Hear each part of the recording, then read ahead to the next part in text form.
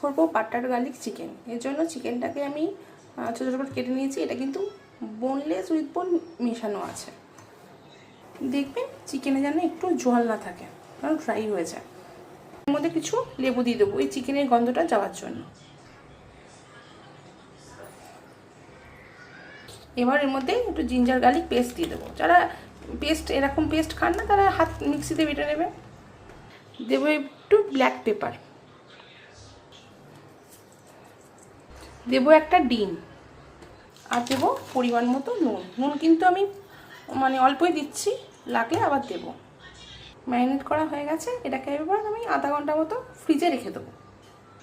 এর জন্য মেন লাগবে হচ্ছে গার্লিক। গার্লিক আমি এতটা পরিমাণ দিলাম, যদি মনে করেন আরও পরিমাণে দেবেন তখন দিতে পারেন। এটাকে আমি কুচিয়ে নেবো। আধা ঘন্টা হয়ে গেছে। এবার আমি ফ্রিজ থেকে এটা বার করে নিয়েছি। এর মধ্যে আমি একটু কর্নফ্লাওয়ার মেশাবো, দিয়ে ভাজবো। আমি কর্নফ্লাওয়ার মাখিয়ে নিয়েছি। এটা যেন শুকনো শুকনো মাখা হয়, যেন জল জল না থাকে। আমি ফ্রাইং প্যান বসিয়ে দিয়েছি। এবার এর মধ্যে আমি সাদা তেল দেবো।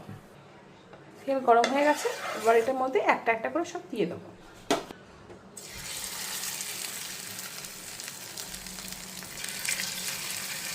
এটা কিন্তু ডিপ ফ্রাই হবে না, একটু হালকা হালকা হবে। এবার আমি নামিয়ে নেবো। আমি এর গ্রেভিটা করবো। এবার কড়া চাপানোই আছে। এর মধ্যে এবার সাদা তেল দেবো আর বাটার দেবো, কারণ আমি পুরো বাটারে করবো না, এই জন্য দুটো মিক্সড করে করছি।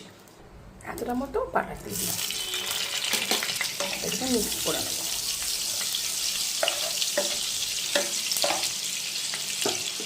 বাটারটা হয়ে গেছে। এর মধ্যে এবার কুচনো রসুনটা দিয়ে দেবো, নাড়বো। এটা কিন্তু লাল হবে না। রসুন হয়ে গেছে। এর মধ্যে এবার আমি চিকেনগুলো অল্প অল্প করে দিয়ে দেবো। এবার একটা সসটার মধ্যে এবার আমি তো চিকেনগুলো দিয়ে দিচ্ছি।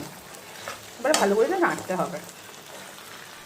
আমি এর মধ্যে স্লাইড জল দিয়েছি, কারণ এটাকে তো নরম করতে হবে, তাই জন্য।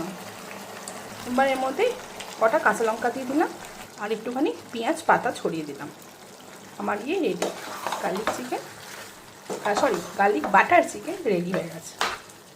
করে দিয়েছি এর মধ্যে। চলুন আমি নেক্সট একটা আইটেম করবো, সেটার জন্য প্রিপারেশন করি।